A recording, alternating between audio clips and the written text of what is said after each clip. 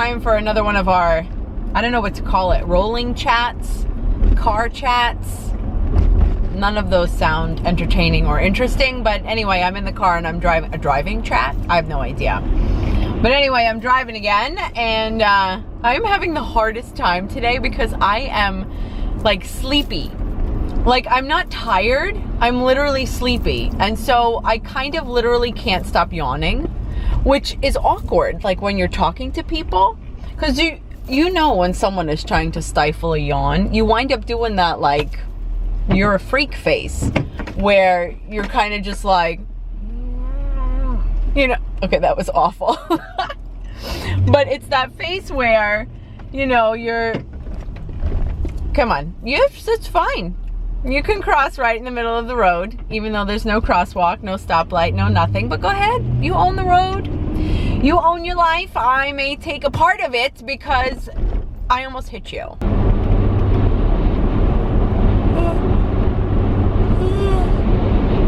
Oh my God. So I think I've made it clear, or maybe not, or maybe I've said it before, that I don't have any children. I do have my 2 dogs, Fred and Bella. Bella, who I also call Mama, because, and I think I've explained this, because when we would take her to daycare once a week when I used to live in Washington State, they would put her, she weighs about 80 pounds, they would put her in the pen, you know, there would be like the pen for the big dogs and the pen for the small dogs. And they would put this 80-pound blonde fluff in the pen with the small dogs because she loved to mother them. Like, she was, is everybody all right? Everybody get together, let's play nice. I mean, it was hilarious. So we started calling her Mama. Anyway, I've got Fred and Bella. I used to have a cat named Ethel. Ethel was hilarious. Obviously, I love Lucy because I have a Fred and Ethel, and actually Bella's middle name is Lucy. So anyway, so I had a cat named Ethel. She was a long-haired black cat. I have the 2 dogs I have because they both are hypoallergenic, and they don't, because I have allergies, and so they're, you know, they don't mess up with my allergies or anything. And so then on a whim we wind up getting a long-haired black cat, and I loved Ethel. She was feisty, and we actually used to walk her like a dog. She had her own harness, and when I'll see if I can dig up a picture, when we would go hiking in Washington with the dogs, Ethel would go. It was hilarious.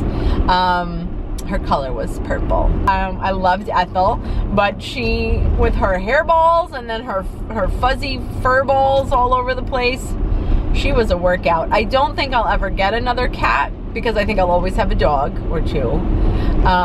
But cats are just, you know, they're just a completely different department. You've got to deal with different food and a litter box, which was annoying. And then, you know, hairballs and all that other kind of stuff. And I just feel like, you know, dogs are enough maintenance in and of themselves, and I'm going to kind of focus on the dogs. But I loved Ethel. It was funny when we first got Bella, and Bella was a puppy, which is scary to think about. You've seen how big Bella is. Bella used to be smaller than Ethel, Ethel the cat, which, that's incredible. But it was weird. And, you know, animals fascinate me because it was like Ethel knew that Bella was just a puppy and didn't know any better, because Bella was stupid. She kept going up to Fred, and she kept going up to Ethel and kind of bothering them, trying to play, and, you know, using that big paw and just kind of swatting at them. And Ethel tolerated so much. It was fascinating. However, every once in a while, you know, like cats like shed their claws, or they shed like the outer membrane of their claws, I guess, as they grow or whatever. I promise you that every once in a while we would see little cat claws stuck in the hair of Bella's nose.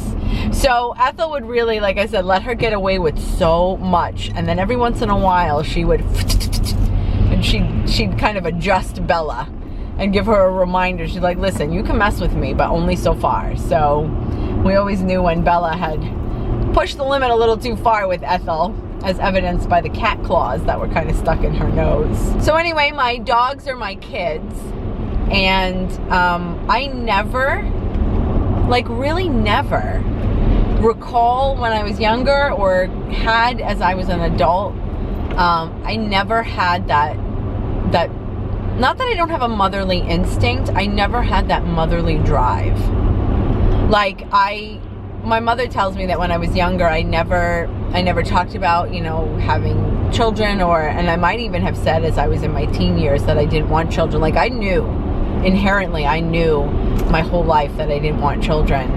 I like children, and in fact I live for my nephew, which is kind of an interesting dilemma, but I just never, thank goodness I figured it out in advance that I actually didn't want children, because I can't imagine how many women and people out there, you know, have children for whatever other reason than they actually want them. And you know, that's an awful position to be in, because number one, children are a lot of work, but also children, obviously I know, require a lot of love. I think part of it is that I really just didn't ever have the drive to want them. Part of it, honestly, I think is that I was a little selfish. You know, I know, for example, at the end of my workday, when I go home, I'm tired. And I'm not interested in helping a little one, whether it's taking care of it when they're a baby or helping them with their homework or whatever the case is. I don't want any part of it. And I know that people with children say that also. They wish that they maybe didn't have to do those sorts of things, but at the same time, you still want your child. And I know that if I had a child, I would probably love it. I imagine. I can't imagine that I'm that kind of person that I wouldn't love a child. My nephew's interesting. He was a major factor for my husband and I moving back to New York, where my whole family is, but my nephew kind of sped up the process a little bit. And I can't believe I love a little person as much as I do. It's kind of fascinating to me. Like, literally, legit, I would do anything for him. And that kind of surprises me. And it's gotten me to thinking, though. I'm like, did I make a mistake?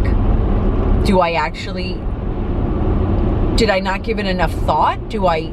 Should I have had children? Do I want children and not really realize it? I know sometimes people get pregnant accidentally and they're like, but still, I didn't think I wanted a baby, but now I have one and it's the best thing that ever happened to me. It's my understanding that my biological clock expired. I know you can have children later in life, but they say, 35 is kind of the cutoff, and I just turned 39. And so sometimes I wonder, sometimes when my nephew does something that's just really sweet. I was hanging out with his parents, and we were getting the TV set up for him, because one of his nightly rituals was to have the TV on, and I was setting up the TV, and he just kind of says to me, okay, so Aunt Gina, you'll sit with me and watch whatever the show, I think it was Peppa Pig. Peppa Pig, do you know who Peppa Pig is? Oh my god, hilarious British pigs, which are hilarious. Anyway, so he's just like, Aunt Gina will watch Peppa Pig with me? I'm like, oh my gosh, I'm melting. Should I have had a child? It was funny, I had another good friend get pregnant, and she had the baby, and we were going to visit for the first time, and I remember, this was a number of years ago, say 5 years ago, before my biological clock expired. And I remember saying to my husband, I'm like, this is kind of bad. I'm kind of afraid to hold the new baby, because my plan is not to have children right now. But yet, what if I hold the baby and all of a sudden all those motherly emotions get fired up and are triggered? Like, what am I going to do with that? Because I'm not ready to have a child. So it was funny, because we knew this between the two of us, but obviously we didn't share it. But I remember when we, got there for the first night and everyone's holding the baby, my husband's like across the room, and he's just kind of looking at me out of the corner of his eye like, what's gonna happen? Give me a sign. Let me know. That being said, not having children or not not having a desire to have children was one of the first things my husband and I bonded over when we started talking to each other. I'm not sure I'm gonna show the footage of what just happened, so I'm gonna insert this little bit of explanation right now. I just almost got tail-ended because this guy was standing in the middle of the road and decided that it was necessary to stop traffic for whatever reason, but there was no like warning that we're supposed to stop except stop. He doesn't have a flag or nothing. He's wearing brown and blending into the scenery. And there was a large truck behind me, which, you know, like when you're on the highway, the truck has to, you know, when you're going fast, the truck needs more room in order to stop. And the truck behind me had to go into the other lane against traffic. Thank goodness there was no other traffic, but because he couldn't stop in time. And he almost just tail-ended me. So I'm minorly distracted right now. I think, you know what though? Karma is going to get them. Are you a believer in karma? Because I am karma's best friend. I don't ever, because right now, like, I want to kick the shit out of that stupid guy that didn't know what he was doing trying to stop traffic. Because he could have caused like a major problem. But you know what? I don't have to worry about it. Because karma will get him. I never. And the karma sometimes, I will tell you, I had someone who wronged me many years ago. It took 7 years, but they got their due. And I did not have to think about them at all during that 7 years of time since they tried to screw me. And so karma will get you. And believe me, when you believe in karma, it reduces a lot of stress in your life. You don't need to hold a grudge. You don't need to hold on to any anger or frustration. Although my blood pressure is a little bit high right now, I gotta tell you, karma hasn't sat down at the table with me yet. Karma's still just on her way. But yeah, karma will always come. So I've decided that I will just now sit here and smile just a little bit because I don't know what it is, but karma's gonna get that guy that almost got me tail-ended. Not the guy who almost tail-ended me, because that wasn't his fault. He just couldn't stop. But the guy who created that situation, you are going to get yours. I should probably go back there and tell him that. Don't you worry. Actually, I won't show you, but I did roll my window down and share a few choice words.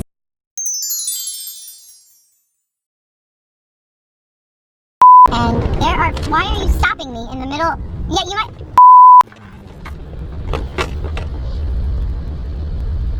So, I'm kind of stunned right now that I totally almost just got tail-ended. Thank goodness they were. These people don't even have a flag or a sign. And they're wearing brown. They are blending into the scenery right now. There's nothing. Oh my gosh. Wow, I'm kind of ridiculously pissed off right now. I don't know what it is. I've heard that yawning is a sign that you're like not getting enough oxygen or something. So, here, have some oxygen. I don't know. I mean, I've been breathing all day. It's not like I haven't been breathing.